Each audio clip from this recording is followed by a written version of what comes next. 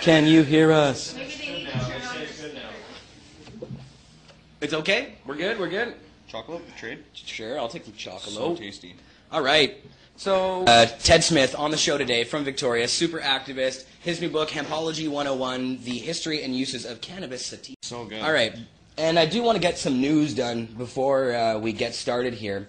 And the first thing I wanted to talk about was this week there's more news about Harborside. Now, we did talk a little bit about this on Wednesday. Harborside Health Center, the largest medical marijuana dispensary in the United States, is again being targeted by the U.S. government. They're going after them in every way they possibly can.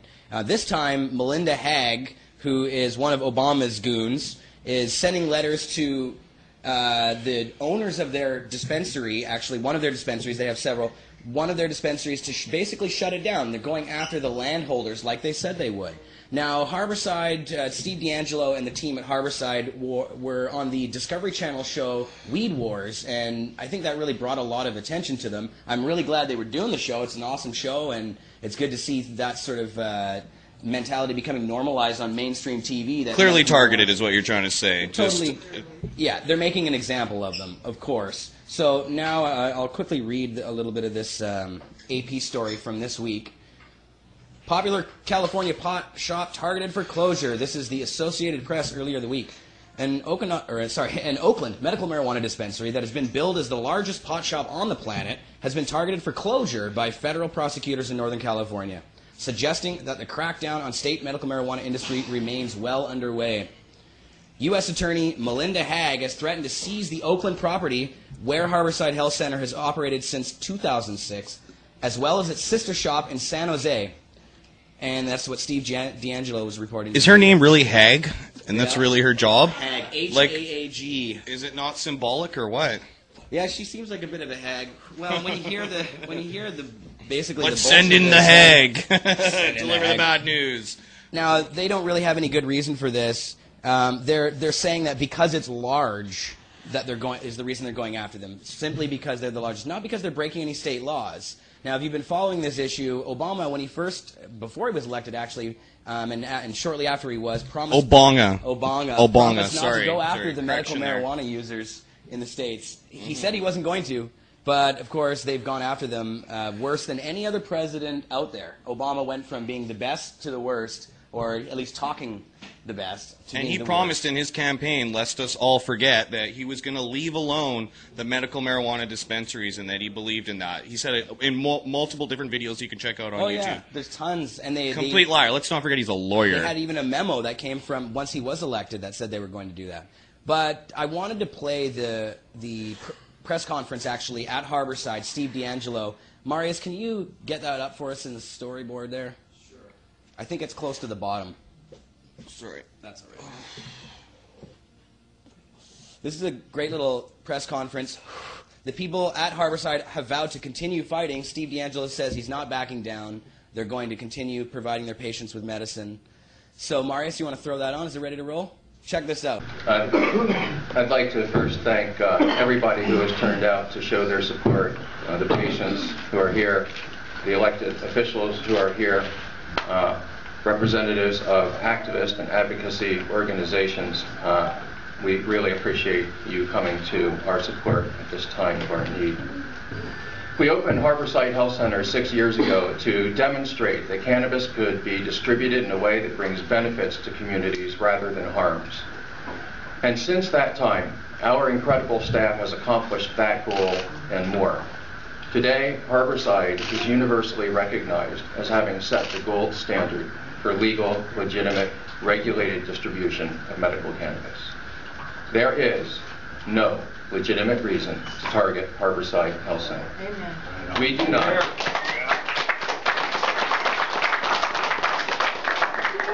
We do not fit into any of the categories outlined by the Department of Justice. We are not close to a school. We are not profiteers. And we are not out of compliance with state law. Now we are being told that we are targeted simply because we are too large. But the reason we have the largest number of patients is because we have provided the highest level of care and met a need that was desperately needed.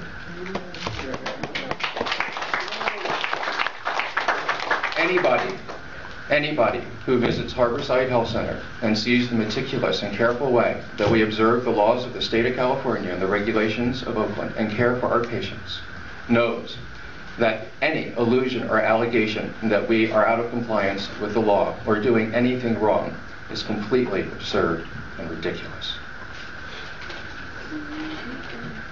No, this attack, if it's successful, is going to return many thousands of patients to the illegal market.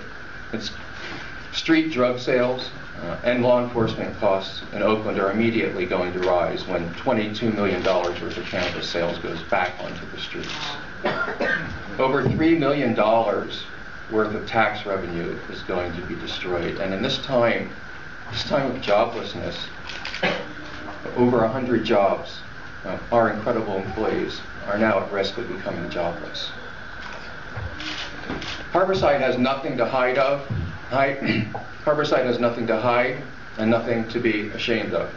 We have no intention of closing our doors. We shall continue.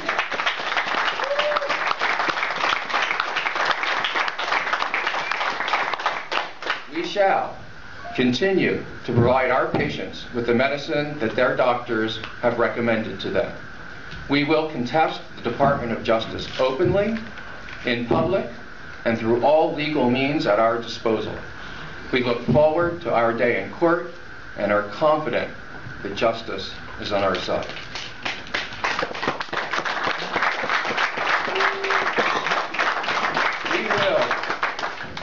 We will never abandon our patients. You're here. We have no intention of closing our doors. We shall continue to provide this medicine.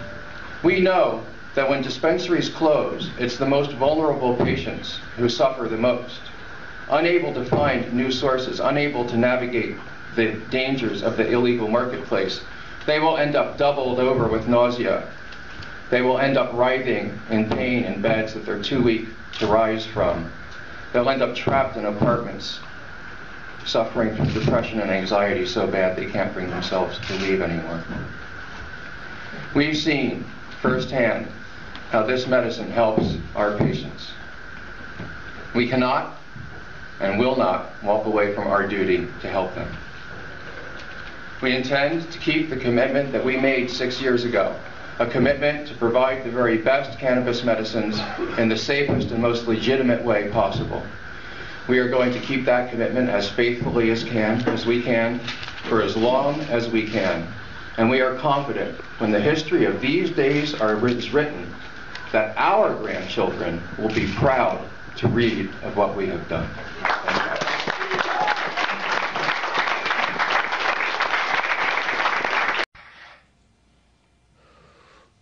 So, Harborside, in the crosshairs. Well said, though. Well said. Yeah, those guys are definitely pros. They know what they're doing. They've been doing it for a long time. It's just so sad to see the government really going after them this way. Yeah, don't kid yourself. We're still in a war. Whoa. Totally, man. And that's the thing is, it's totally legit in the state, but according to the feds... Hello, this is Jeremy. Can you hear me? Yo, yo, yo. I was just saying to the weed guy before the show started that you were on the show a couple weeks ago, and when you and I were just hitting joints, one joint after another, you were lighting them and sparking them, and I was ripping the show later, converting it, and so it shows it in fast motion, and it just looked hilarious. We were just hitting so many joints, one after another, It looked ridiculous. I should clip that out. They're pre-rolled by my fellow staff and I Medicate. Ah, I see. That show was awesome because of that. It was. I was very high. I didn't know what the hell or even who I was. Pre-rolled. The torpedoes were loaded for that show. As they seem to be on this one, too. I don't know if you're just loading right now, but... we got some help. But we got some help. I should pass this around this way, maybe. Anybody want to grab this, Marius? Are you headphoned in? All right. I don't want to touch any cords, lest they knock something out. I just did. All right, so hopefully the sound's still working. If it's not, please let us know. All right, so more news here. What else were we going to cover? I guess we should talk, Mark, about what happened yesterday. I think we should fill him in on one of the reasons I brought you here today. One of the main reason I brought you here today was because the Kush Cup is coming up soon. Got a phone call from the Bro Jake show, and they asked me to come on and promote the Kush Cup, and said they're huge fans, and got to go there and pay a visit to Rock 101. So, as you were saying, on the radio yesterday, on the basically the biggest radio show in the morning here in Vancouver, you brought in, like, a pound of weed, a whole bunch of stuff, like... We had a great time, and had a good interview with them, and surely showcased the finest quality of medicine that we could possibly find. Also edibles and a whole bunch of other stuff for them, and passes, of course, for the whole crew.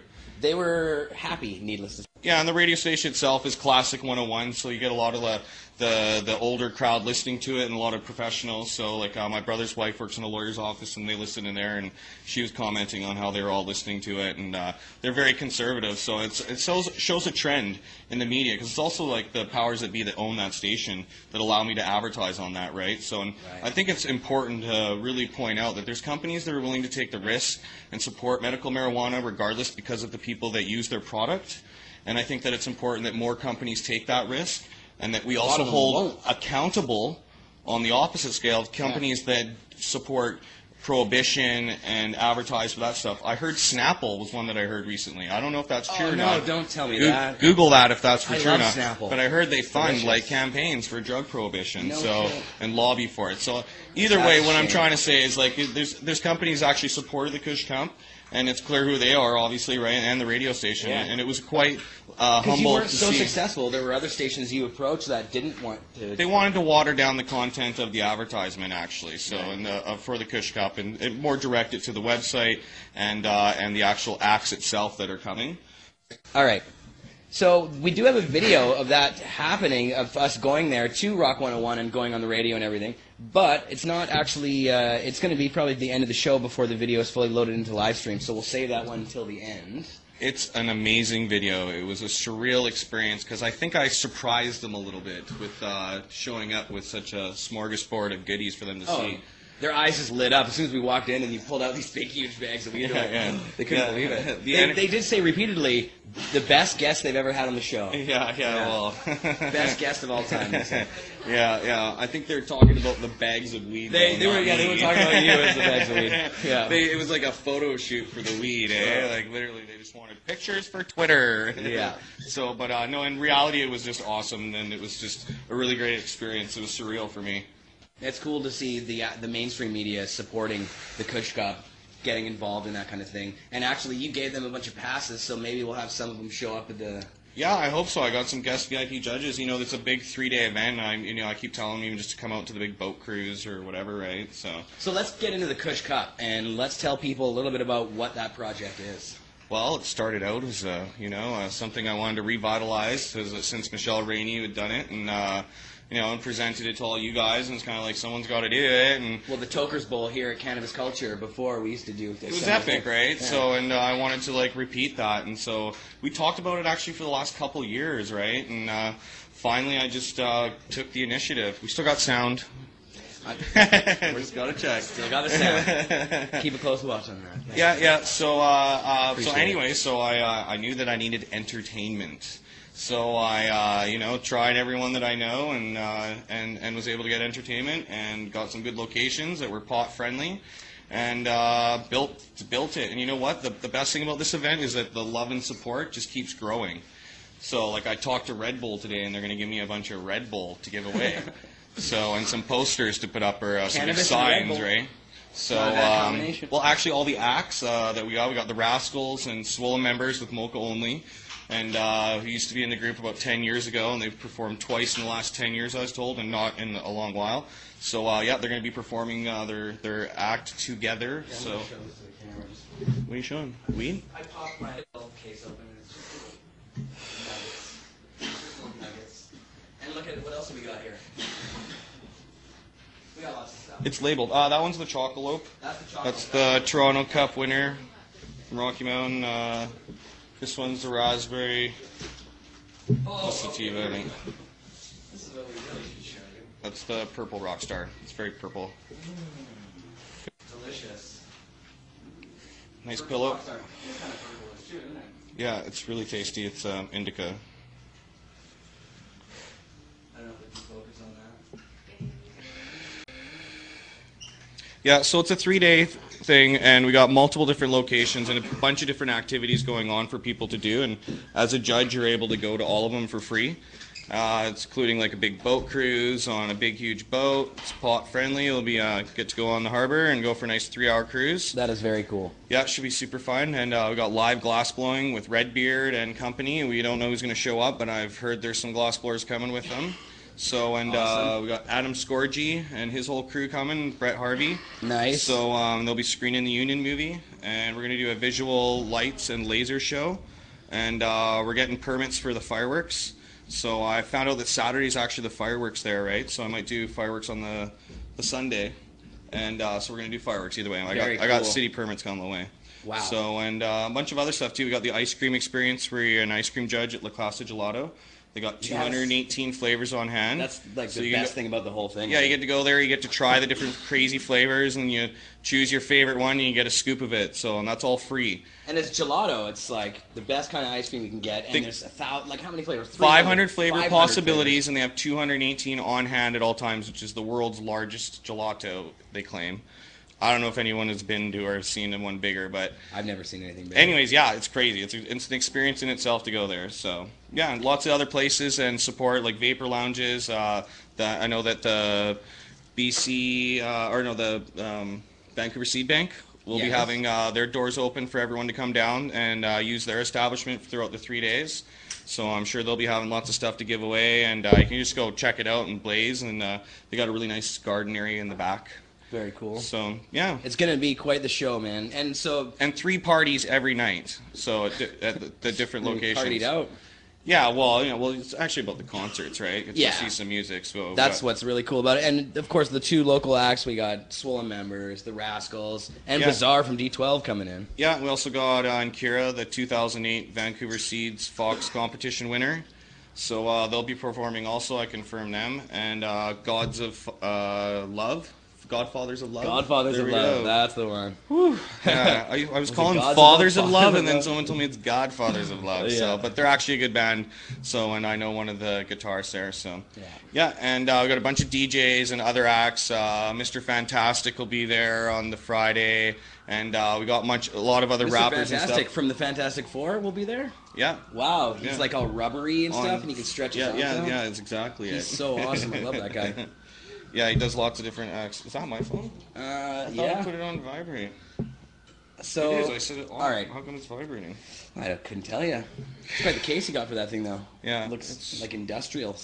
It came with an Allen key. I swear you had to Allen key it in there. It probably holds up pretty decently. Yeah, it does. Mine's bare. Anyways, all right, man. So the Kush Cup, July 27th to 29th. We're going to bring you back on the show again next week to advertise this thing. We'll have an article up on the front page of CC about it. You can buy tickets online right now at kush.ca/Kush Cup. Is that right? Yeah, just go to kush.ca. You just press the thing that says Kush Cup on there. And yeah, it's can pay going to with be credit cards, it's going to be a PayPal. blast. I guarantee it. Just going to be one of those events that you're going to remember. Lots of VIP guests. Urban Grower, the whole Pot TV crew. There's going to be a hash making demonstration. I can't even list everything. Just keep going to the website. We're just going to keep editing it. I have to keep updating it every day. Yeah, I know, yeah. You're too crazy about it. You just keep adding things. That's what I love about it. Well, it's going to be like a cultural event, man. I'm trying to create memories. It's going to be like, what'd you do that summer? It's going to be like the Kush Cup. The Kush Cup, That's how you're baby. going to refer to it in your memory. So, like, one year I went to Pemberton, and I remember that it was Pemberton, and they had that kick-ass concert out there. I remember that whole summer it was just Pemberton. Seen so many bands out there. Well, good on you, man. I can't wait. It's going to be a lot of fun. I'm excited that it's turned into this. It's really got a life of itself, so and just everyone's supporting it, so it's super fun. Yeah, we need it. Vancouver needs it. Mm-hmm. More of these events, the better, in my opinion.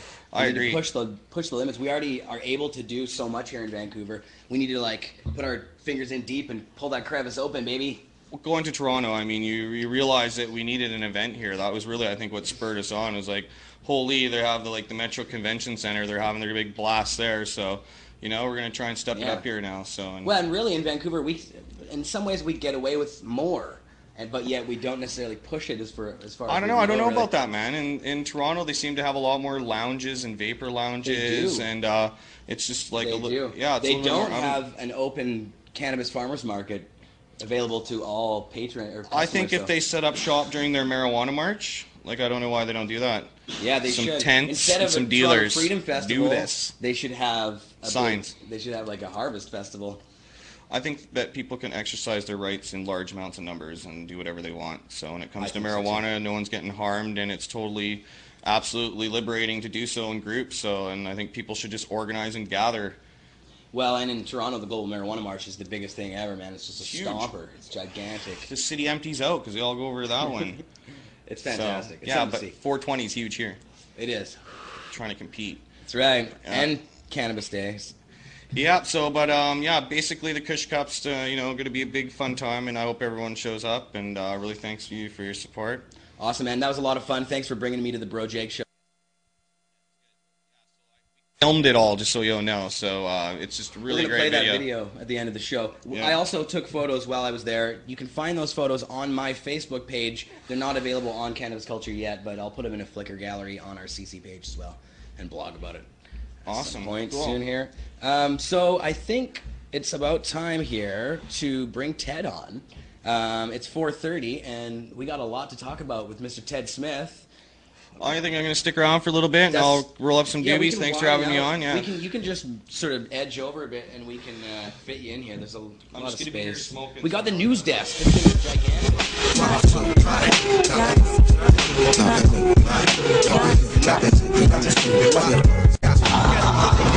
This is Chris Goodwin, manager and proprietor and hot activist extraordinaire. This is his girlfriend Eric, and this is his girlfriend Kristen. It's my level Lex, my complex patterns of speech is like. Make your event, but I'd already planned on doing my book tour. It's all good, man. You got to promote the cause. Yeah. Ted, good to see you, my friend, Good to see again. you too, man. Love you, man. How goes the battle? Wicked. Wicked. I'm happy to see the new edition out here. I am super stoked to have this. I'll sign your copy. I'm giving you right now. Awesome. And this is a dream come true. And it's been a long time in the making, isn't it? I've been working on this for over 17 years now. When I first came to Hempology here, I'm going to sign it wrong if I do. Here, I'll you sign it just in a use the bit. Table. That's cool, man. Yeah, I when don't I know how that mic cord's working, but when I first came here 17 years ago, I came to a Hempology meeting, and I was already writing books. it's all right. So go ahead, Cheers. Ted. So yeah, so my family are farmers, and I realized that these corporations essentially like rob the planet and of this plant, and I took it upon myself after going to a Hempology meeting to teach the world about cannabis. And I thought the best way to do that was to write a book about the story of this plant. Like, who is this plant? A lot of people don't know who cannabis is or what cannabis is. And so that was something I took on 17 years ago. I decided to write the textbook and have it taught in universities, and moved to Victoria in September '95 to start having meetings. And the reason it's taken 17 years is because I started meeting sick people. As we've been hearing all day, cannabis is incredible medicine. That was the first and most important fact that became clear to me. And so I took it upon myself to start the first club in Canada. I lived in a van at the time, and Hillary Black was over here selling medical marijuana, and I came over, I remember, with my pager and pamphlet, and I'm like, hey, I got a club, I'm public, where are you guys? And she went public pretty quickly after, and it was really exciting times back then in '96. We seemed to be closer to legalizing it then than we are now. Yeah, it's sad. Anyway, '96 was an exciting time, so I started up the Buyers Club, and I got a space. And I was going to say Friday the 13th isn't all bad. The last Friday the 13th in April, we actually struck down the federal medical marijuana regulations. We haven't talked since then personally, That's but right. I have a bakery that got raided a couple years ago, and my friend Owen Smith was charged for trafficking in THC. and we were able to argue in court. We have Kirk Tussaw as our lawyer, amazing guy, and we brought up Dr. David Pate, who's a scientist, he helped develop the strains that JW Pharmaceutical uses for their Sativa spray, and he's been doing science in the field for a very long time. So he was our man, and with 4 patients, including my girlfriend Gail, we convinced the judge that the law was wrong. Mm-hmm. And so that was a really exciting time. But that's going to be it was a really weird decision. Yes, and it was related to edibles, of course. Yeah, it was strictly edibles, and the judge actually ruled that the law was wrong and struck it down and tried to change it, but also said that we should go ahead with the jury trial, and didn't give an acquittal to Owen. So now next February, we have a 20-day jury trial lined up, a 4-week trial. We're going to bring Dr. David Pate and at least one other expert witness.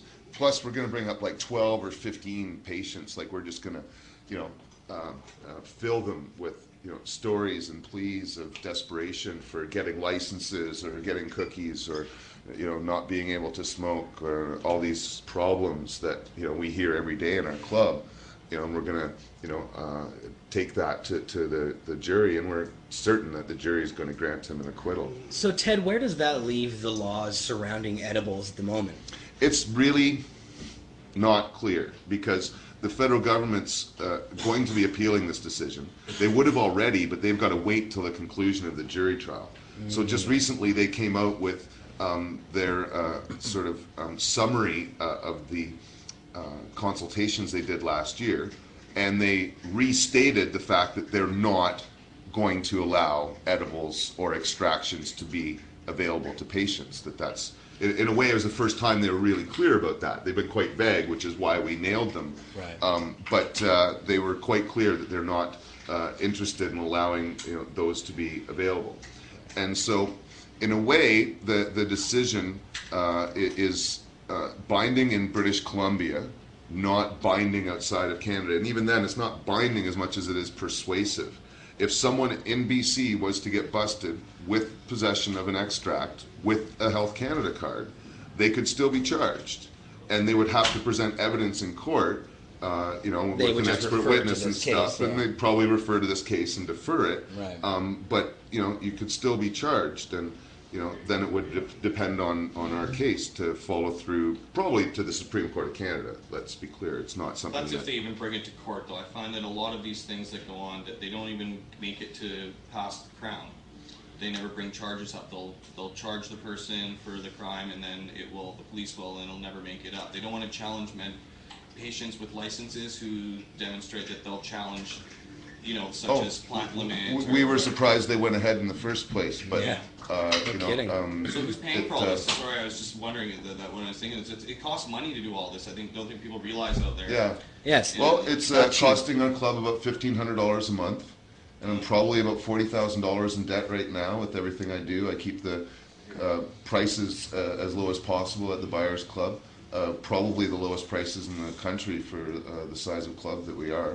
That might not be for long because I'm also under special investigation. I have special investigation officers from the Canada Revenue Agency doing a little investigation into me right now. Oh, really? Yeah, they're coming after me for GST, unpaid employee deductions. Oh, no. They're going to go after the growers for HST as well.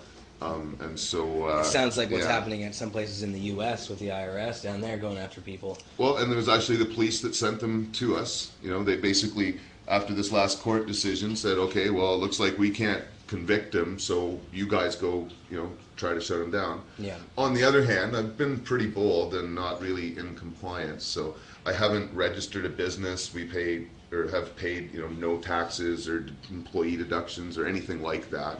And so I've really, been in a Mexican standoff here with the federal government. It doesn't seem to make sense that I got to pay for the prosecution and defense in a trial like this. Yeah, no kidding. So it is really unfair. Never ending too, it seems, when you're fighting an unlimited budget that they have to throw at you. And like, for example, I didn't $1,500 a month. That's to Kirk Tussaw. We had to pay about $8,000 for Dr. Pate to come up and testify. and we're going to have to get him to come up and do it again. Yeah, and the only reason that we actually had this voir dire, it's called, is because the judge insisted to try to do the constitutional hearing first to see if if he would throw the charges out. Well, we didn't, and now we're actually going to have to pay another $8,000 for Dr. Pate to come all the way up here from California or wherever he's going to be. So yeah, it's a very expensive trial, but it's worth it. We need to change these laws, and as long as they're allowed to continue as they are unchallenged, then people are going to be left in this lurch, and that's not fair. So. In a way, we've got a kind of sweetheart trial under the circumstances. It wasn't a raid on our club, it was a raid on our bakery that, cost us a certain amount, but it didn't really affect people's health, which would be the case in a lot of other situations. And so just before we get on to the book here and Hempology, tell people a little bit about the Buyers Club itself. And it's been going for 15 years or longer now. Yeah, right? 16 years 16 over, years. like January 96. So, we've got a store in downtown Victoria, about 4,000 patients. We have 30 food and skin products. Our product guide is online. If you go to the cbc/canada.ca or something, you go to the side and we teach every little trick about decarboxylizing, adding lecithin. There's some videos for extractions. We make nothing but butter and vegetable oil extractions, no alcohol or anything. So everything we make, you could make in your own kitchen. You probably have everything there already. It's not rocket science what we do. It's very basic, simple home medicine. It's a very wonderful place to work. We help people with permanent physical disabilities or diseases, and that is with a doctor's diagnosis. The doctor doesn't really even have to know what you're using the information for, or you don't have to tell your doctor. You just come in with some proof that you have cancer or whatever it is, and we sign you up, and away we go. We've got a nice little vapor lounge. That's the other thing too. The CBC is the oldest that's still in operation of the dispensaries in the country, isn't it now? Well, as far as I know, in a way, we're the oldest in the world. The only organization that I know that's older is WHAM in the United States, but they declare they're not a dispensary. They're a really wonderful group. It's more like a growers co-op, where people are fully taken care of. If you're sick enough to join, they give you the medicine for free and you can help grow it. But it's not really a storefront dispensary. So, yeah. I kind of compare it to having, like, I got an emergency room in a hospital, and that's like a hospice where you're taking care of people for the rest of your life. And I'm dealing with, like, everything from car accidents to end-of-life care to people having babies kind of thing. Like, just the whole 9 yards, right? Yeah. So you never know what's coming in the door, I tell you that. Yeah, you guys do great work there. So let's talk about Hempology. Now, Hempology is something that you joined, you were saying earlier today. Well, yeah. It started here with Hemp BC. A wonderful girl, Dana Rosiak, was the manager of Hemp BC back in like '94 kind of thing. Yeah. I think November '94. Here, right on the block. Actually, it even goes back a bit further. Dana Larsen, Ian Hunter, and I think even Professor Neil Boyd did a Hemp 101 in '93 or something at SFU. So that kind of spurred it on. Yeah. So Hempology 101 was kind of the original activist network here. Dana had a place in the building that burnt down, so I'm pointing across the street. Yeah, Blunt Brothers across the road. Or just right next door to us here. Yeah, she had these weekly Tuesday night meetings at her place, and we would sit there. It was wonderful. We got to share some herb, talk stories. Barge was coming, taking pictures all the time. Dana was publishing the Hemp and Marijuana newsletter for Mark. And I was at the meeting where we came up with the name Cannabis Canada, which was later changed. But there's this little brainstorming meeting in Hempology for that. And I actually typed in the business directory for the first Cannabis Canada when it came out as well, helping Dana out with that. So it was, like I said, it was really exciting times. The world was at our fingertips, really, it seemed. And so moving to Victoria was supposed to be an expansion of this base that Hempology really had. Like, it seemed like... I guess I fell in love with a girl over there, so that kind of was another reason for moving and expanding. But it was something that moving to Victoria, the political capital and everything else seemed to be a really smart move. And so I started having Wednesday night meetings, so I could come here Tuesday, find out what was going on, and report it in Victoria on the Wednesday. and I stopped doing that when I met or started the Buyers Club. Right. Because it was just too expensive and time consuming. I had to be in Victoria every day to help people with medicine all of a sudden. It wasn't like I could just take off for a weekend and just go do whatever I wanted. And so my life really changed. In fact, I had originally planned this like coast to coast book tour with my Hempology book. You see here, it's the 4th edition. I did know the first 3 editions I printed or photocopied on hemp paper. And I had holes put in them. I bound them together with hemp twine by hand. Just kind of, made a little necklace. I should have brought one to show you. But, yeah, that'd be fun. My whole plan was to tour across the country. And when I ran out of books, I'd just photocopy some more and make some more books and go to the next town. A reprinting. And so traveling across the country with this Hempology textbook is really a 17-year-long dream. That's you can for sure, my friend. Wow, it's a beautiful Good job. book. Yeah, it looks really great. It Thank looks you. very nicely done. It's funny because I had this like really nice painting done first, and really flippy hippie style. So you and I would have loved it, but this is much more academic, and it's not. I love how the front has nothing to do with pot or smoking or the leaf. It's just a pile of seeds. It's down to the basics, right? Yeah.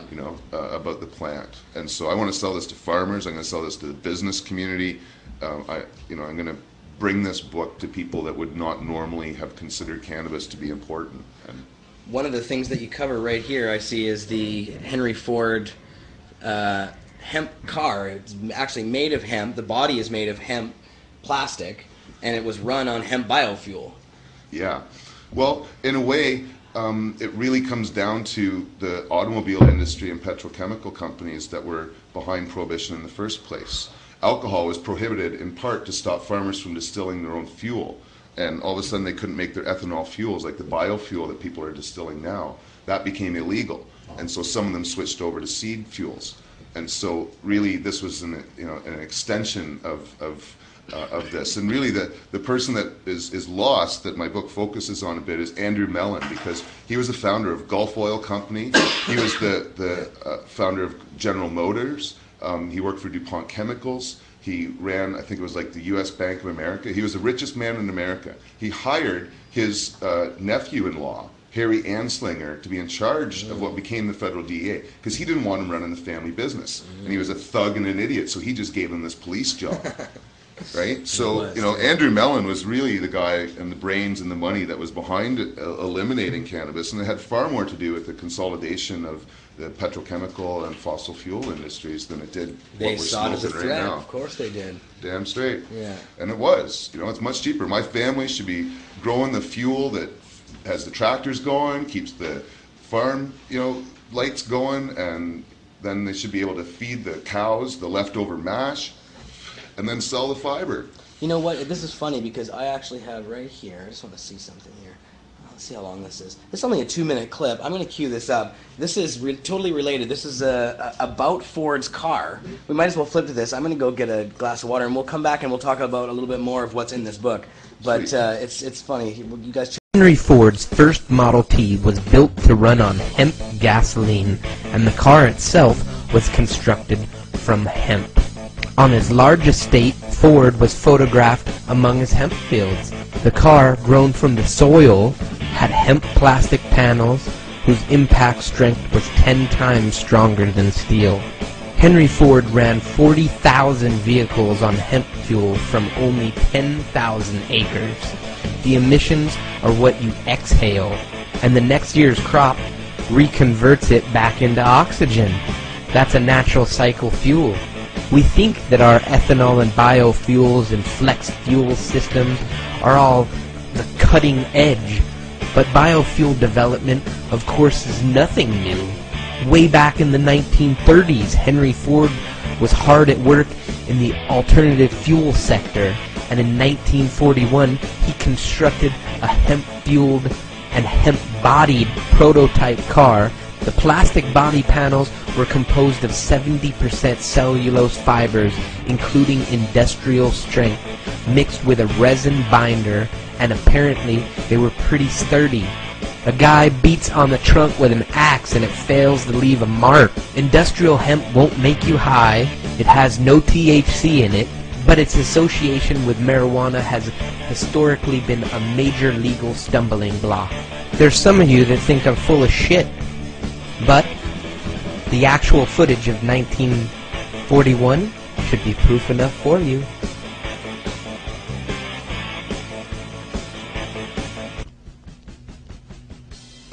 Amongst the thousands of products made from hemp, one of the most extraordinary is Henry Ford's plastic car. Built in 1941, it contained cellulose fibers derived from hemp, sisal, and wheat straw. The plastic was lighter than steel, yet could withstand 10 times the impact without denting. All right. So that's just one of the examples of what's in this book. What else is in this book? Oh, there's all sorts of things. I love talking about ancient history. My very dear friend Chris Bennett, who works downstairs, deserves a lot of credit for what I've written here about both the ancient history of the plant and the history of Prohibition. I've really learned a lot about the progression of Prohibition. It just didn't start in 1923. It was an attitude of religious zealots for a very long time. And coming from a United Church kind of background, the history of Prohibition really wasn't very clear to me, but it is very rooted in Judeo-Christian traditions. And so learning about that has been incredibly useful for me in helping people understand the history of this plant and its importance, and in how these laws progressed to the point where it is. And so yeah, I can't say enough for Chris's help. And the ancient history of this plant is phenomenal, not just, you know, Moses and the burning bush, but, you know, the history of it within India, the history of hemp is phenomenal as well, and all its various uses and applications, not just the reefer madness sort of history, but, you know, it's really an incredible plant when you look at its history. Then I have really a couple chapters on activism and the history of the last few decades in the struggle to revive cannabis, and I'm quite happy with that, and quite proud of that.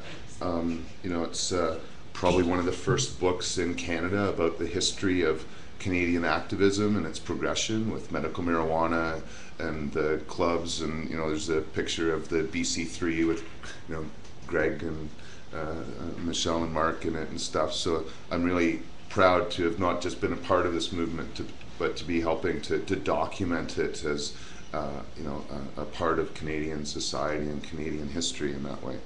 Very cool. Well, I'm excited to have a crack at it.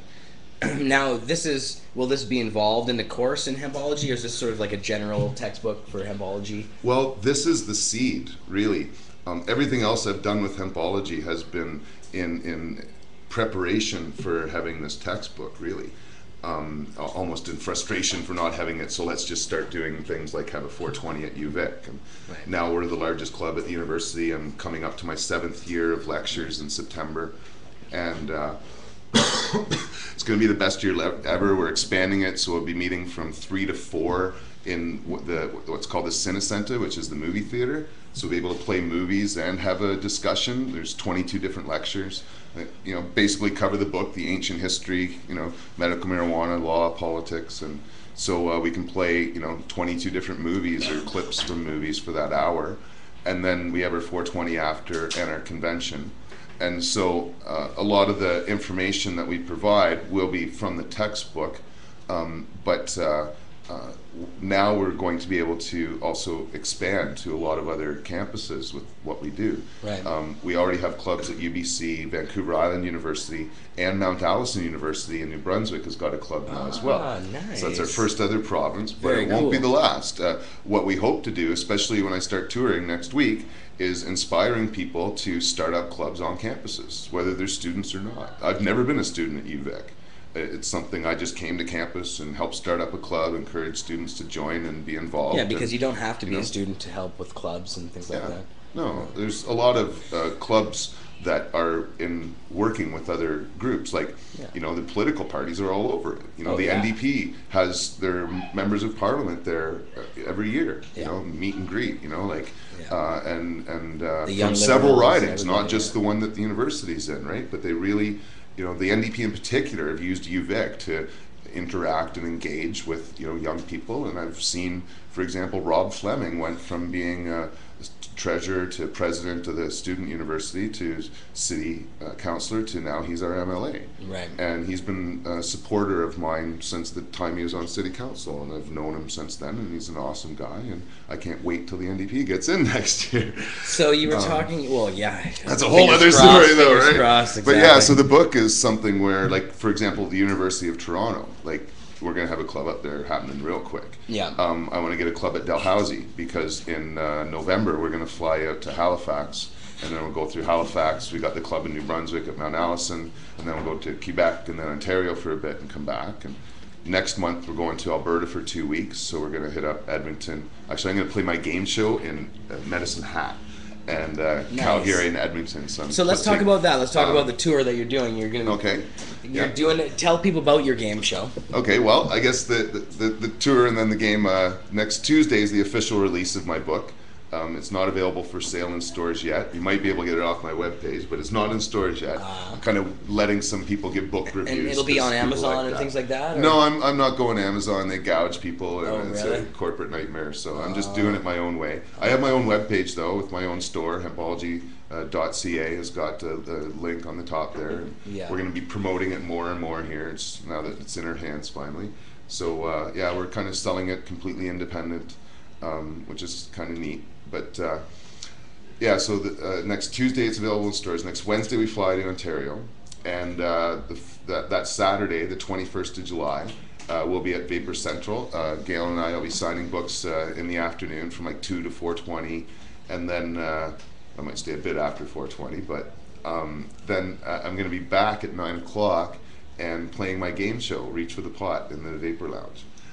My game show is something I've played for, I guess, just over 8 years in Victoria. It's like live street theater. It's really fun. I did the math a few years ago. I think I'm probably around 28 or 2,900 meetings, rallies, or events that I've held for cannabis now. So at a certain point around 1600, I wanted to do something new, right? You know, and so I came up with this idea of, you know, incorporating trivia and being able to give out prizes and include people instead of me just getting up and talking. It's fun and educational. Yeah, so I get 2 teams of 4. I make up 10 chances to get points. 8 of them are trivia questions, where I'll ask something like, the Price is Right question is the last question every game, where I'll be like, how much are these hemp jeans within $5 at Cannabis Culture? Yeah. And so each team gets 1 guess for 20, a second place guess for 10, and then multiple choice for 5. I do other sort of questions, like I have a smoking contest for 10 points, where each team gets a gram. The first team to smoke 2 joints gets 10 points.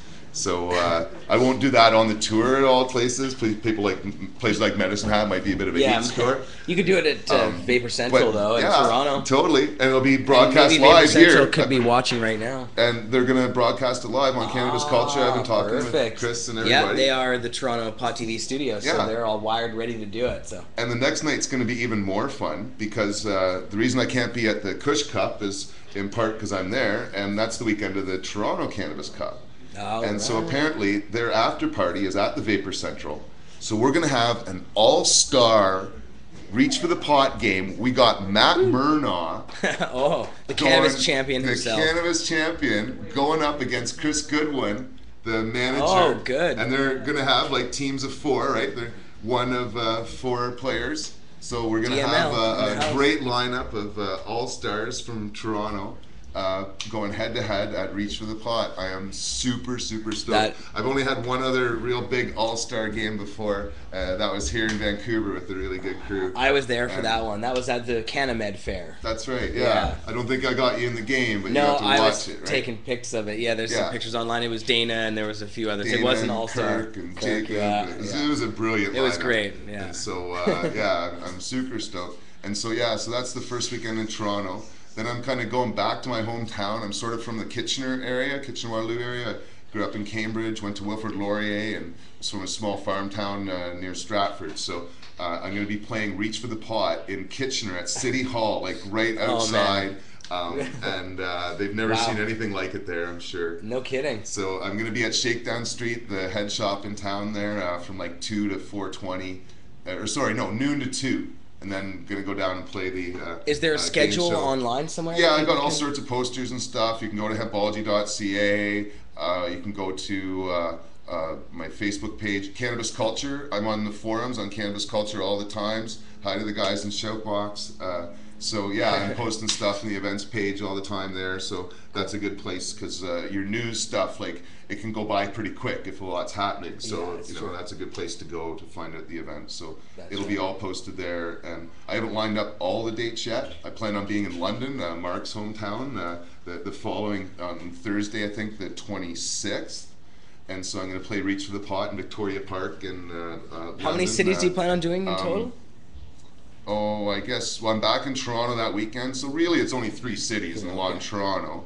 And then in my Alberta tour, it's really just a couple days in Edmonton, a couple days in Calgary, and then Medicine Hat. I'm actually going to stop in this small farm town, Brooks. I shouldn't call it a farm town maybe, but small city to sign books for an hour or driving through there. But we're also going to visit a hemp farm in Saskatchewan when we're out there as well. Wow. My friend Blake has 60 acres of this family under cultivation, so really excited to get into a hemp field as well. And yeah, there's so many doors that this book is going to open for us in all sorts of venues, from the academic community to the business community in particular. There's so many products that we should have out there, like hemp paint, for example. I have a friend in Vancouver that's got a painting company. I know he's not listening, but damn it, we've talked before about him developing a hemp paint and having that product available for him to market. And that's just the tip of the iceberg for all the various industries that we could be getting into.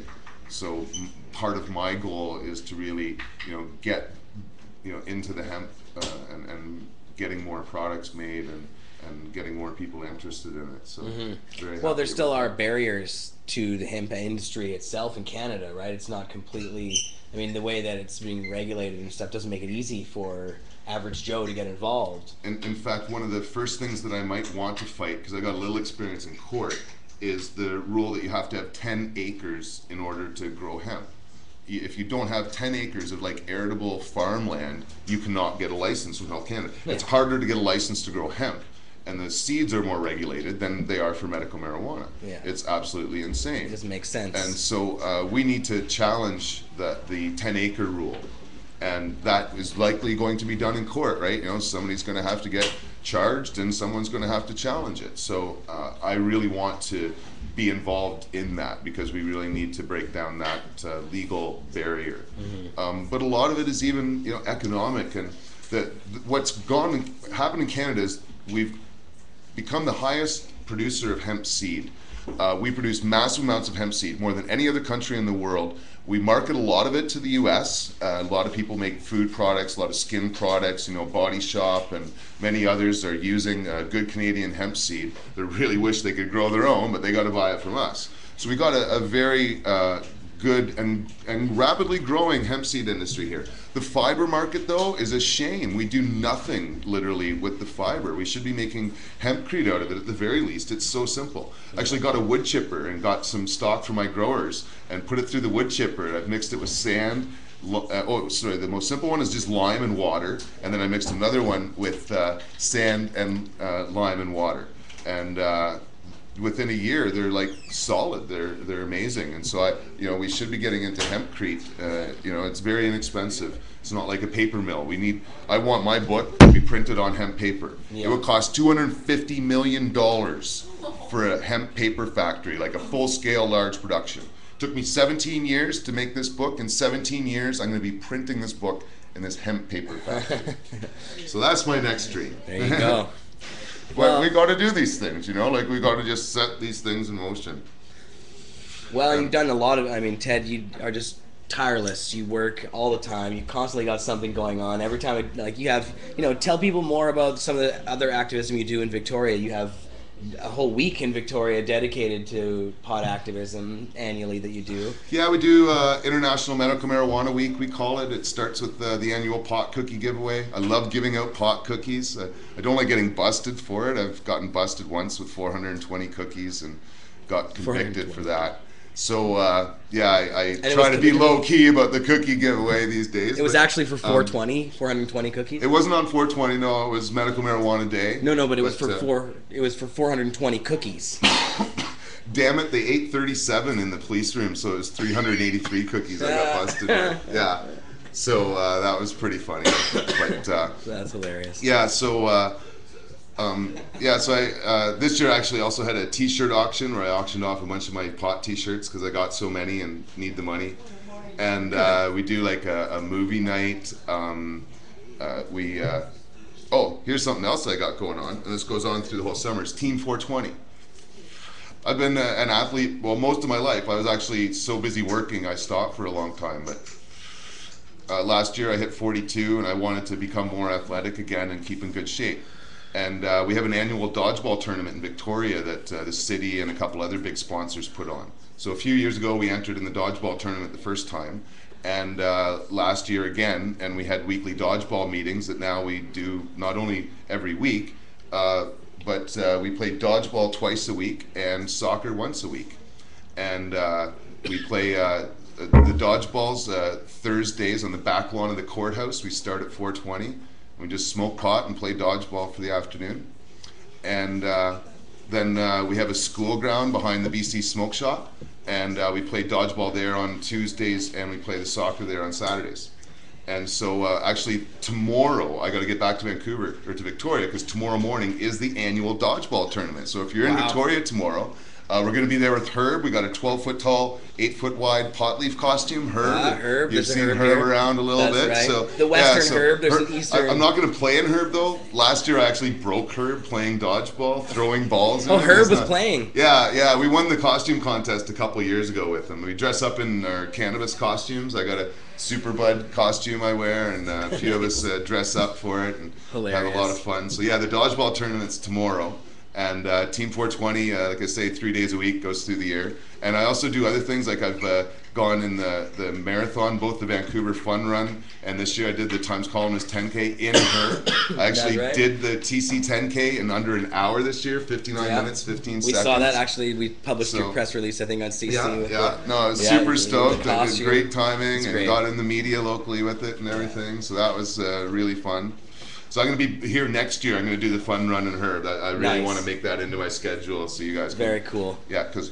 Vancouver. Because part of what I want to prove is that not only does smoking pot keep you healthy, but being a vegetarian and eating hemp is a very important way of making the planet and yourself healthier. I haven't eaten meat in, I guess, 16 years coming up this summer now.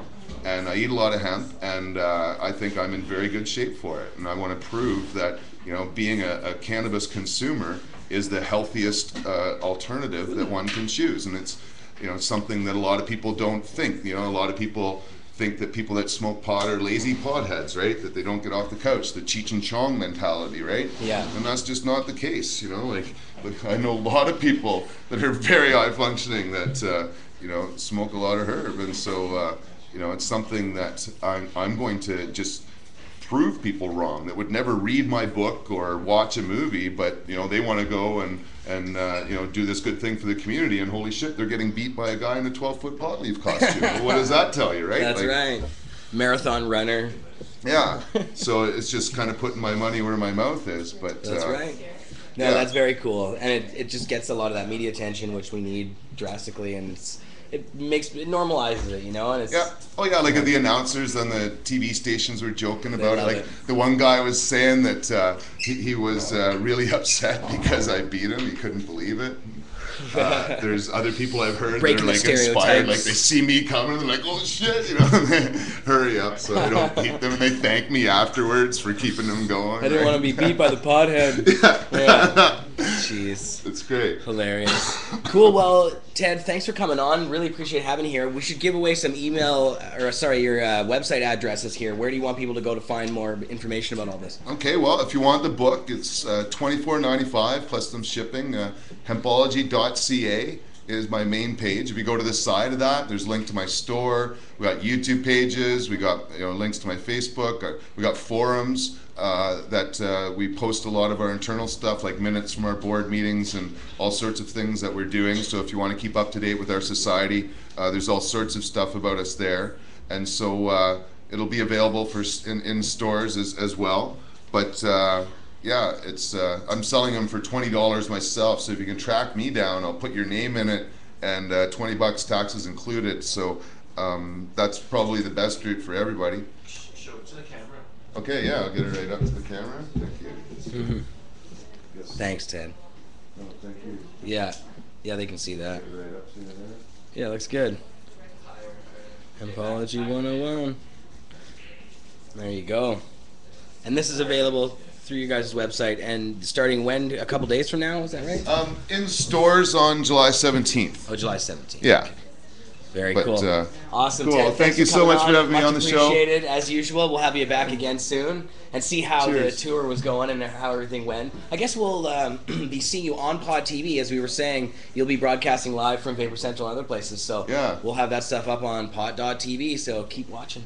Right Awesome, on. thanks, Thank Ted. you so much, Again, my man. friend. Much Always a appreciated. pleasure. We'll see you Always a again soon, pleasure. man. Awesome. Very cool. That was Ted Smith from Victoria. And I think now I really want to play this video of the Weed Guy yesterday at Rock 101 on the Bro Jake Show. But let's see if that's done yet. Marius, how's... Quite the experience. It's finished? Yeah, I think we should cue that one up. Let's do that. And then once that's played, we'll come back and we'll talk a little bit more. And then I have another video to play, or maybe even another couple videos to play. So you're not done with us yet, or we're not done with you yet. So check this out. This is the Weed Guy at Rock 101. Marius, throw it on. Good time.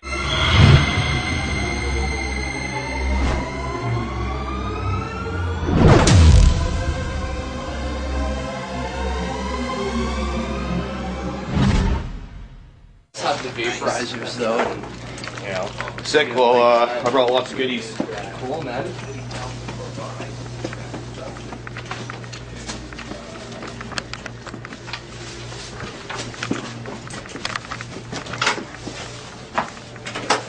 Morning. Hey, how's it going? Good, how are you? Really good. Mark Klokeid. Elise. Nice to meet you. Mark, how are you, man? Nice to meet you. Nice to meet you as well. I'm sorry the bro couldn't be here. He'd love it. Oh, that's all good. How's it going? It's going good. How's it going, Mike? Nice. Mark, Nice to meet you. Yeah, nice to meet you. So, So, how you how guys are doing? things? Good. Really good, really good. Excited to be on the show, and Nice. got a big event planned. Yeah, well, we're already fans. So. Yeah, awesome. Yeah. Well, That's what done, I said. done. I was reading the spot the other day. But all of us are, I'd say, avid smokers. So I brought some props. Oh! Are these pillows or what? Yeah. I was going to say it smelled good in here when we walked in here, but it's going to smell even better now. Yeah, this is the Exodus cheese. So I'm legally allowed to carry 600 grams. I had a bone marrow transplant. So Yeah, I was have a reading the federal, bio. I have a federal, Totally worth it, huh? Yeah, I have a federal license, so like the police could come here. It's got a and nice watch. grassiness to it, too. Yeah, Really this nice. is original cutting from Amsterdam, Yeah, from the my original phone. cheese. Yeah, that's beautiful. So yeah, also brought some goodies from my dispensary. Who has Elise's going to be scooping and pulling scoops. I got a cell phone. This is our most popular edible popcorn. Oh my gosh. Yeah, so I'll make sure these. This guys is like Nikki's wet dream. Look at this. Nikki's on his tiptoes. This is Nikki's like, oh, what's going on, guys? What's going on? Santa's real. I'll take a picture. You guys are the best guests ever already. I brought you guys some my Medicaid shirts too. So Cool. yeah. Hey, Nikki, should we put let's put Mark on at 9:15. We'll get him at 9:15. Hold it. I think so. We got one. I want to get in there too. Wait. One of the We got 3 minutes left. So. Okay. So Mark, we're gonna put you over on that microphone. All right. Okay. Let's get you set up on it. All right, let's all get some dope pictures in here. We'll Go ahead. some. Lots of time. Here, wait. Let's take pictures first. Right. Just don't eat it. Stand about there and if it doesn't come out. It's typical after you. Yeah. Well, you'll This looks like my house. It's like my house. for headphones. All right, smile. Yeah, I want to hold one. Okay. Adjust it. Oh, and nailed it. Oh, get them back. Get them back. Yeah, there you go. Here we go. One. Family. 2, 3.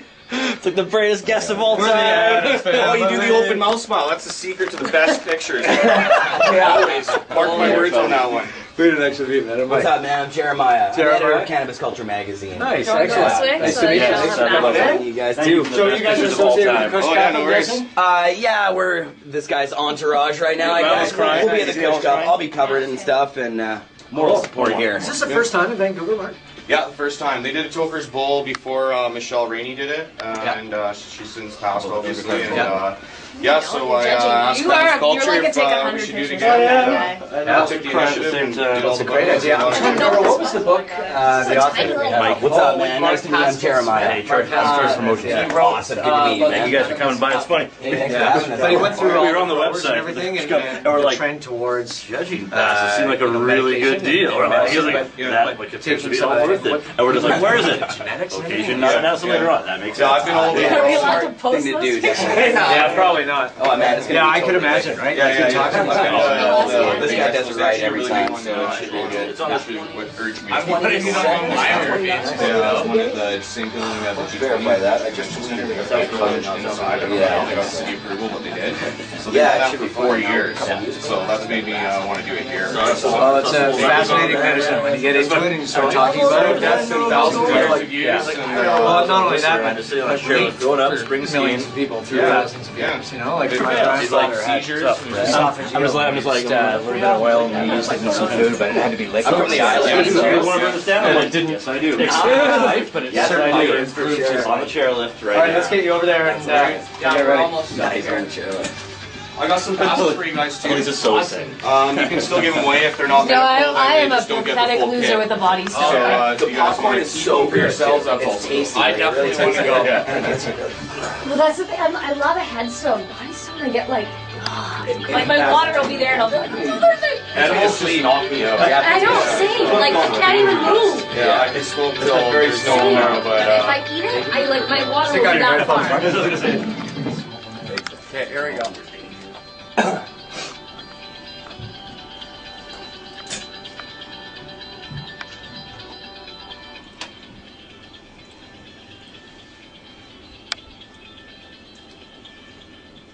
Yes, Virginia, Santa Claus exists. It's 9:20, 22 degrees outside, a beautiful summer day. And coming up on the 27th to the 29th here in Vancouver, there's a little something called the Kush Cup happening, and we are joined by Mark Klokeid.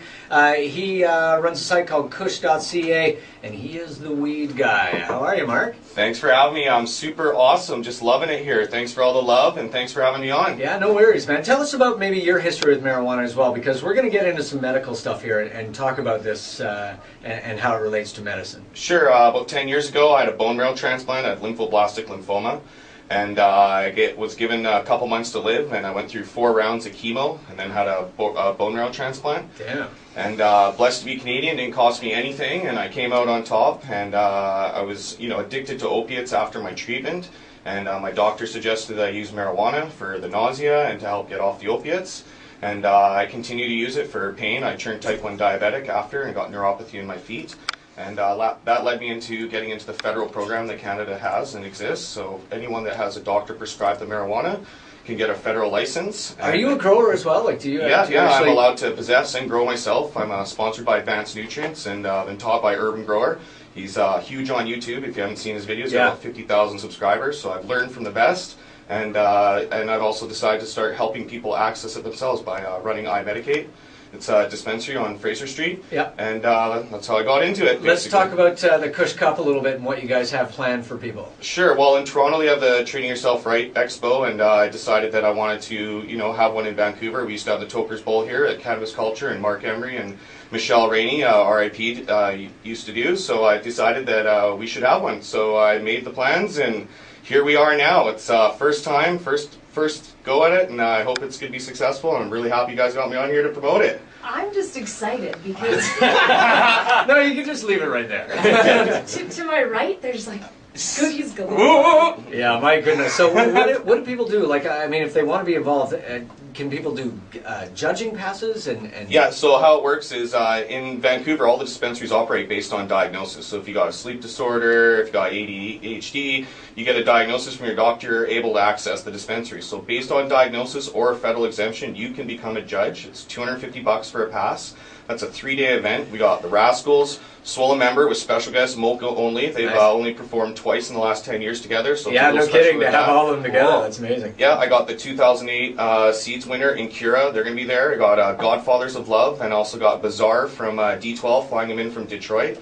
And I got a boat cruise, and got multiple locations. I got the ultimate ice cream experience at La Casa Gelato with 218 flavors on hand. You get to go judge which ice cream you think's the best, and have a free scoop of your favorite flavor. Now, Mark, there's a ton of stuff around this, and obviously everyone's going to make the jokes, everything else, but there is a very serious side to this for you. I mean, you talk about it as medicine, and for a lot of people, this is a life-changing medication if they've been diagnosed with a lot of different diseases. So yeah, people don't really know that in Canada we have a federal system based on a guy by the name of Terry Parker who had epilepsy. Marijuana has been found to reduce seizures. It's actually a miracle drug that reduces seizures, and for that right, the Supreme Court of Canada made the federal system that exists today.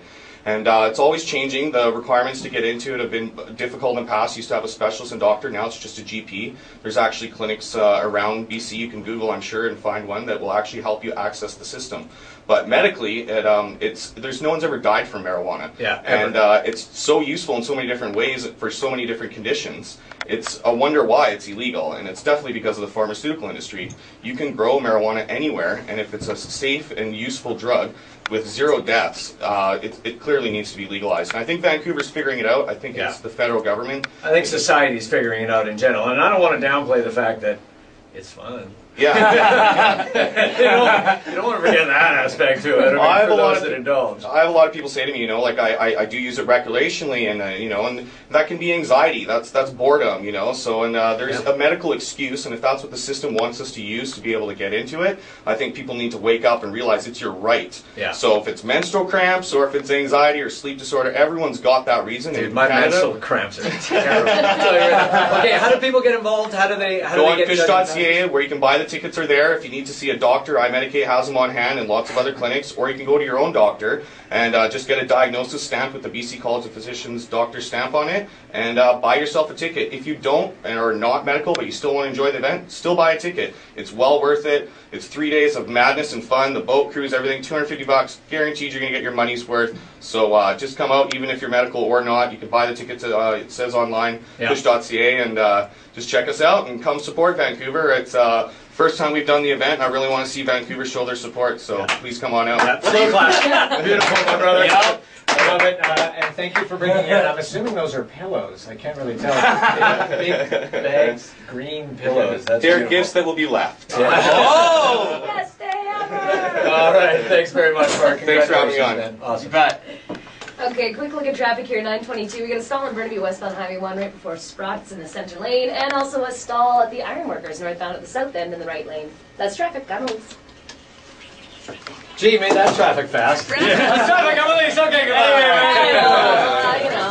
Something about cars. Not only a great event, man, but you're an excellent spokesperson. Yeah, thanks so much for having us. I really appreciate the love. We're really excited to be there, and part of you guys here. You guys are both with Instagram.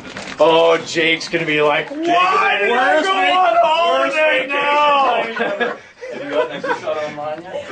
I don't know. Fuck, I even brought a container. What do you know? So I got pictures with all of them? What's that? Do I got pictures with all of them? Yeah, we got one pic. We should probably get another one. Yeah, that's absolutely. I could ask him. You guys can always have me back when bro's not. We'd love to meet the champ. So Okay, so what are you doing? He's a legend for a good reason. Treatment. All right, let's do some photos. Okay. This is great. Okay, sweet. Which way? Let's go this way so we're not. All right. Yeah, can we just get everybody like wearing these? You just read my mind. Where's that? Nice. Oh, let's get some of these. Let's give a couple of these away too. You want to go first? Oh yeah. Judge, man. Open mouth smiles. Oh yeah. Yeah. Nice. And right here. Perfect. 1, 2, 3. Give me a flash. And think about it. And one more without the flash because it doesn't look good. One. Smoky usually. There you go. 1, 2, 3. Awesome. Let me snap one more. Yeah, Just yeah. real quick. Always need to get a couple. Yeah. Oh, yeah. Nice. Cool. Thanks so much for having me. That's guys. Wow. So that's what you guys are keeping the lead at? Right here on the counter. Awesome. Oh, the pillow? Yeah, no, not that side of it. Just for scale. Just for Weirdest scale. place you ever napped? You got the drink in here? In between two What's naps. that? You got the drink in here? Yeah, sure, buddy. Yeah. 1, 2, 3. Fresh butter. And one with a It's flash. like you get tape for that. Rumpelstiltskin. 1. It's a head. Thanks, buddy. Yeah, no worries. Well, you guys, fucking Thanks so much for having us. Thanks so much. Great man. That was Appreciate above and it. beyond. Oh my Thanks. gosh. Yeah, really appreciate it. Above and beyond. Honor to be on It's a beautiful day. It's a stupid world thing. Oh, yeah. Hopefully it'll be an annual thing. It'll be happening again soon.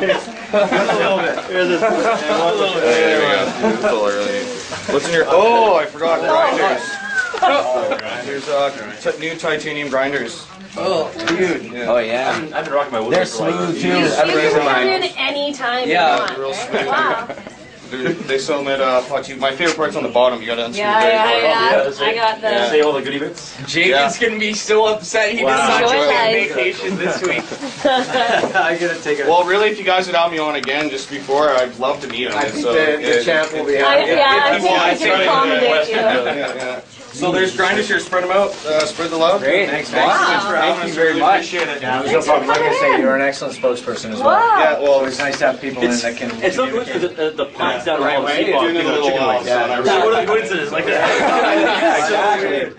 Hit them both up. Awesome. Okay, don't fight over anything, Oh alright? my god. We'll try We're gonna not have to to. fight me. Barricade away, we got work to do. Good luck. Awesome. Tough Thanks with so all much. Really y'all. appreciate it. Yeah, Thank you it's so very nice much. to meet you. I'll walk you guys out. Thanks again, man. Nice meeting you guys. Nice meeting you. Yeah, you too. Awesome. Nice meeting you. Guys, Cheers. yeah, Cheers as well. yeah, nice meeting you. Yeah, you Appreciate too. it. Nice talking to you. Later, brother.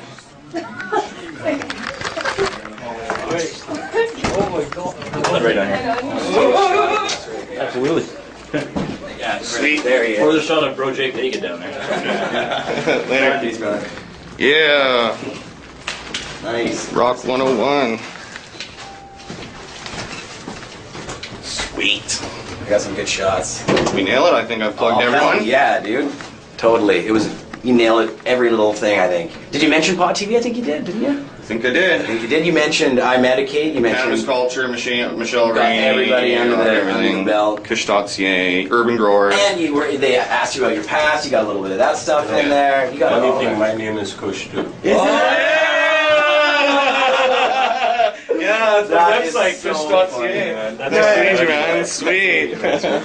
Mr. Kush. Sweet. That's the end of the video.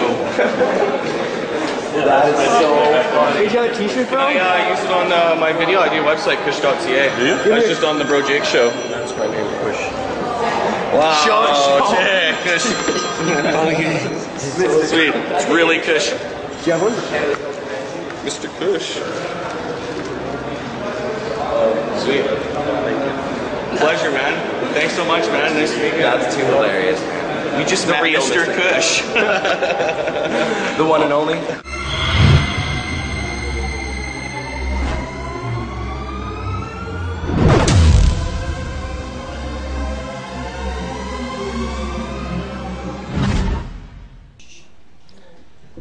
Mr. Kush. So good, eh? That's so funny. Like, what's the coincidence there, Yeah, we eh? walk Like, it's in. amazing. My name's Kush too. We verified his ID, too. It really was Mr. Kush.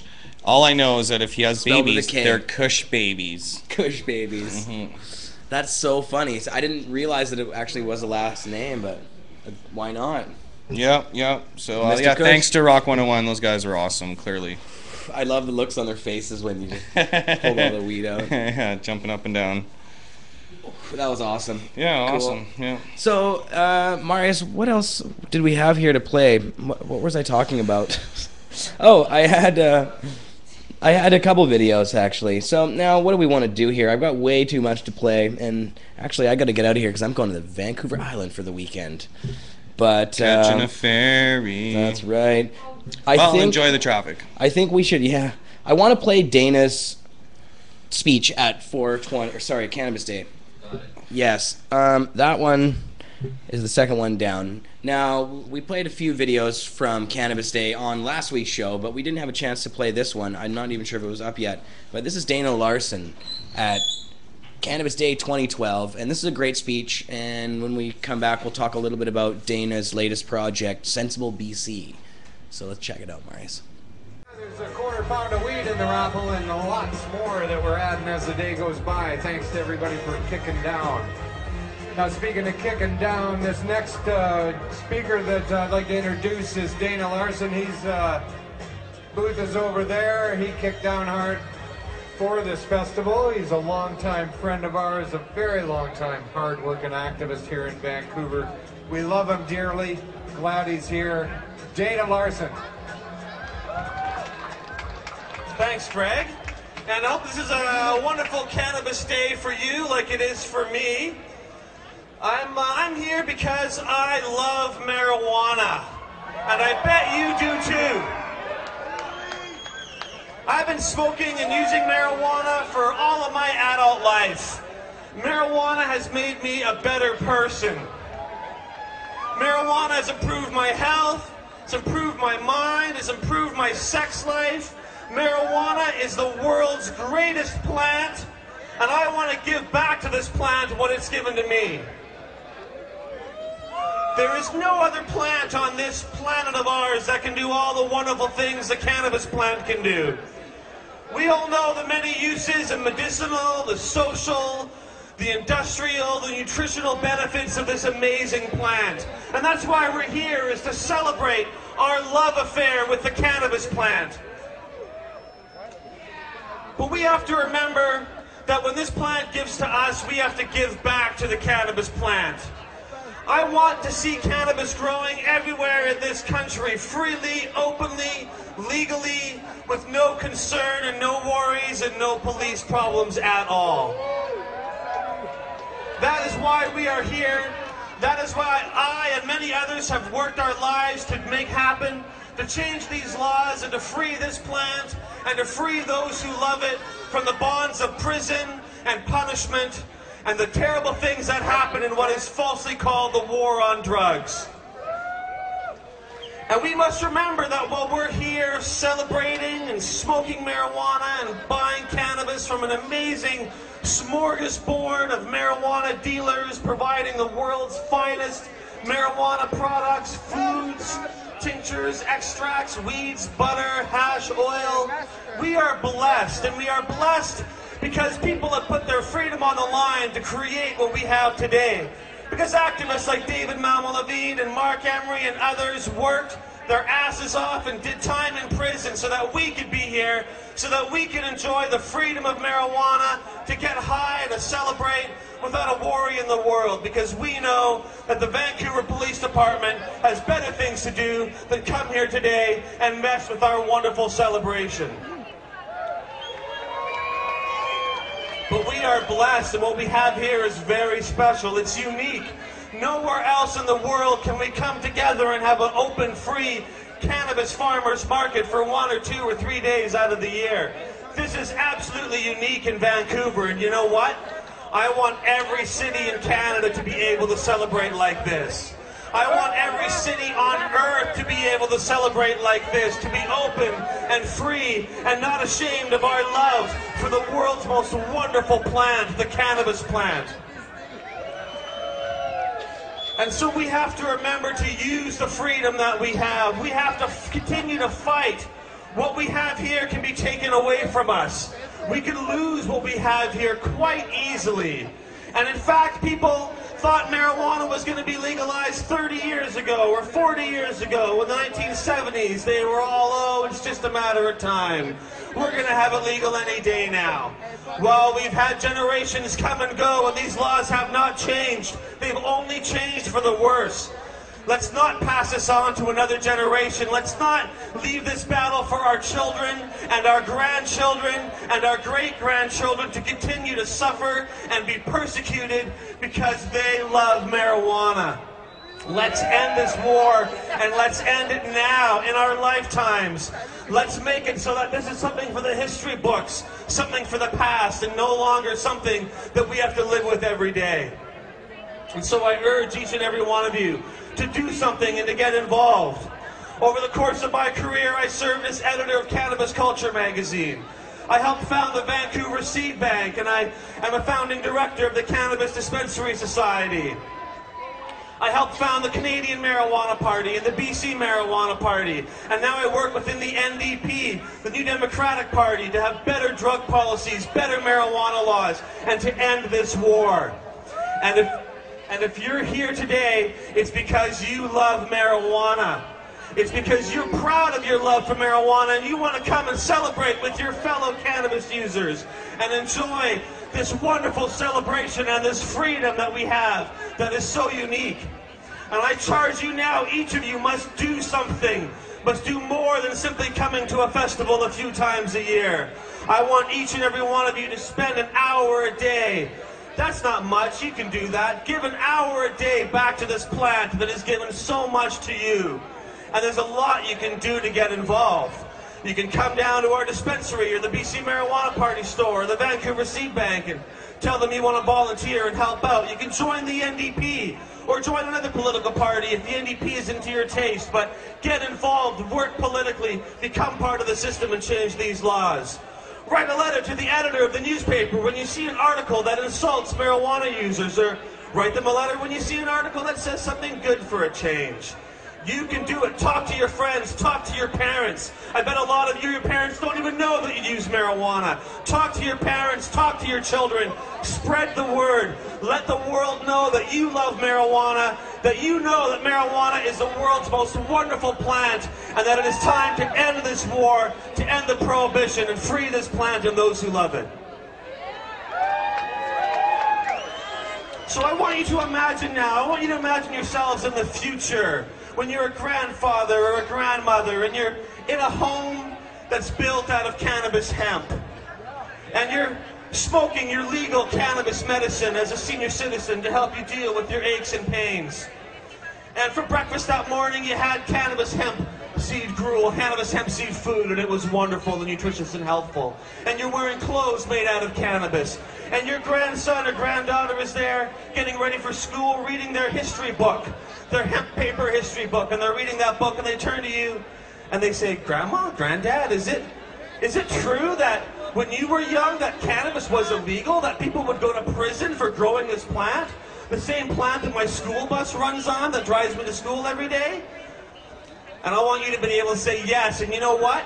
The reason you will never know the horrors of cannabis prohibition is because I did something, because I got involved, because I took a chance and I made a difference. Don't look back and say to your children, "I'm sorry. We passed this on for you. Maybe in your lifetime you can end this war." Let's do it now. Don't be afraid. Together, all of us here, we are the people, we are the future. We can change these laws. We can make history right here in Vancouver, in British Columbia.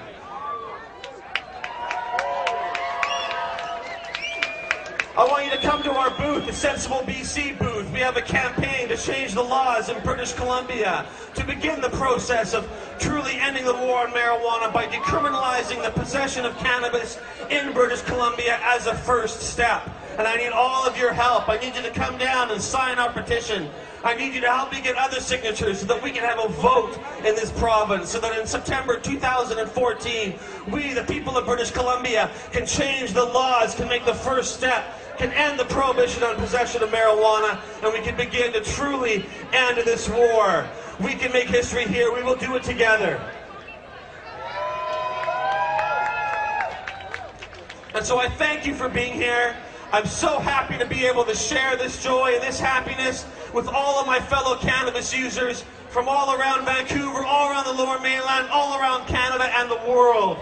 And let's not forget what we have here is special. Let's make sure that every year more and more people are freed from the bondage of marijuana prohibition, and that this special, wonderful tolerance that we have here in Vancouver will spread all across British Columbia, all across Canada, all around our planet. It's time to end the war. Thank you very much for doing what you can to end the war on marijuana. Thank you.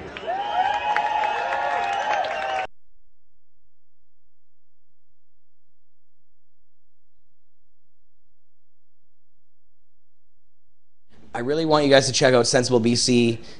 This campaign, I think, has the potential to really bring a lot of attention to this issue, whether or not it wins. But I think there is a chance. It's very hard, these ballot initiatives in a province like British Columbia. You have to do a lot of legwork in order to get something passed like this. But it's not impossible, and if we really start to push this now and really get the word out and get a good head start on it, I think we have a chance. So sensiblebc.ca. And I have one more video here. Marius, is that one already queued up and ready to go?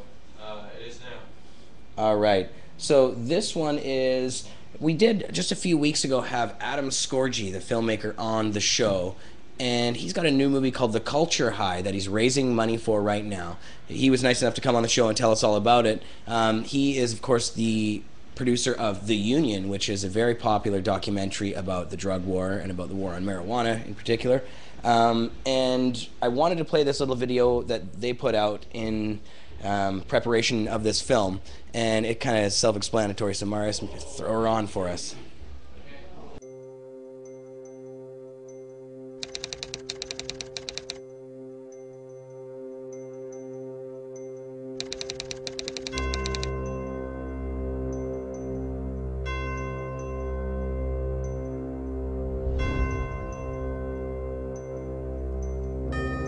It is a system which has conscripted vast human and material resources into the building of a tightly knit, highly efficient machine that combines military, diplomatic, intelligence, economic, scientific, and political operations.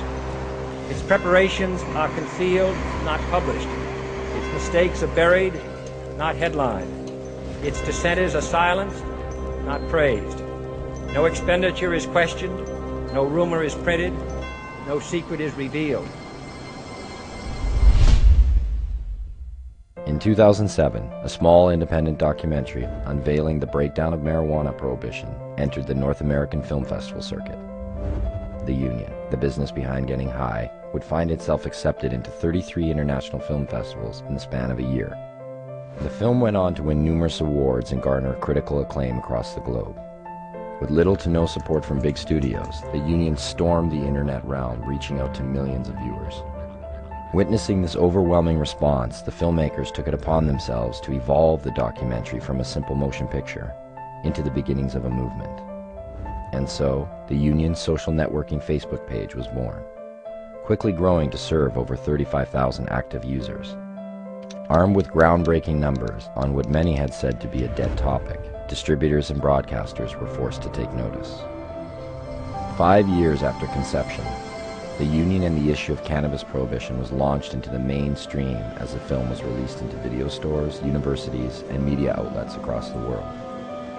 With newfound exposure, the film went on to claim the attention of Canada's highest level of government, as it was chosen to be screened on Parliament Hill in order to educate senators and members of Parliament on the ramifications of marijuana prohibition. The rest is history. Now in the twilight of a public shift of awareness, the Union's makers have set into motion plans to create what they hope to be the most prolific and relevant marijuana documentary to date. The follow-up film to The Union, entitled The Culture High. Having had 6 years to grow, to adopt new stories, new heroes, new villains, and an entirely evolved insight into society and who we are as a human species, The Culture High will break down the boundaries that prevent marijuana prohibition from being stripped down to its very core. Are we least effective when lost in the emotion of group mentality? Has the emergence of the internet equalized the political playing field? The Culture High will raise the stakes with some of today's biggest celebrities, gain access to previously unattainable footage, and reveal incredibly moving testimonies from both sides of the spectrum. The Culture High is the documentary that will tear into the very fiber of the longest fought war of our time. But in order to make this documentary come to fruition, we need your support. By August 1st, we must raise $190,000 to kickstart the remaining funding necessary to produce this film. What we seek from you is not charity, but the pre-pledged support of your copy of the film. It's that simple. You pre-purchase your DVD copy of The Culture High for $35, and by doing so, you will give the film the ability to be made in the first place. The equation is, You pre-buy, the film gets made, you receive your DVD copy when it's finished. The level of theatrical release will be directly affected by the response to this video. The larger the response, the bigger the release. However, if this goal is not met and the money is not raised, you will not be charged, and the documentary will never see the light of day. You have the power to put a film of purpose back in the public eye by letting distributors and broadcasters know that the demand to see a film of meaning and purpose is still alive, and that the importance of truth will never be denied. Very few times in this life are we afforded the ability to make such a difference in public awareness with the click of a mouse. This happens to be one of those times. Without debate, without criticism, no administration and no country can succeed, and no republic can survive. For as a wise man once said, an error doesn't become a mistake until you refuse to correct it.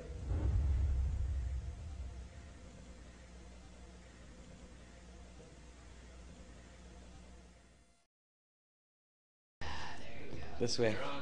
This way. Hello. Katie. Jeremiah. This is Katie with me. Hello, hello. And Katie's going to do a bong rip to take the show out here. Aren't you, Katie? It's already loaded and ready to go. I know you like to do them lower.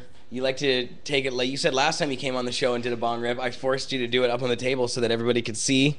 Yeah, I don't want no water going up my nose. You don't want the water going up your nose? Although it's a big bong. So. It is a big bong. This is Duchess. You haven't actually... I have never met this bong No. before. Why, hello, Duchess. There you go. So you knew Princess pretty well, though. Yes, poor Princess. Yeah. Very Rest in hurt, peace. yeah. But Duchess is very cool as well. So you should totally hit that. Here's the lighter. There you go. I got one. You want me to light it up for you? Oh, you got one. I got a knee. Oh, you got a knee. Okay, you got a knee. All right, so that's it for the show, guys. It's almost a 2-hour show this time around, so that was fun. Big thanks to Ted Smith for coming on, Mark Klokeid. Big thanks to Marius for making sure things were working. Is the audio working still? No. Is there a sound working? Oh, yeah, look at that. Woo! Yeah. Nice work. Round two. Awesome. Big thanks to Katie. Nice work. Thanks, Jeremiah. And we will be back next week again with another Cannabis Culture News live on Friday at 4 p.m. Pacific time. Peace It's out. Friday the 13th. I'm Jeremiah. Thanks for watching, guys. We'll see you next week. Peace.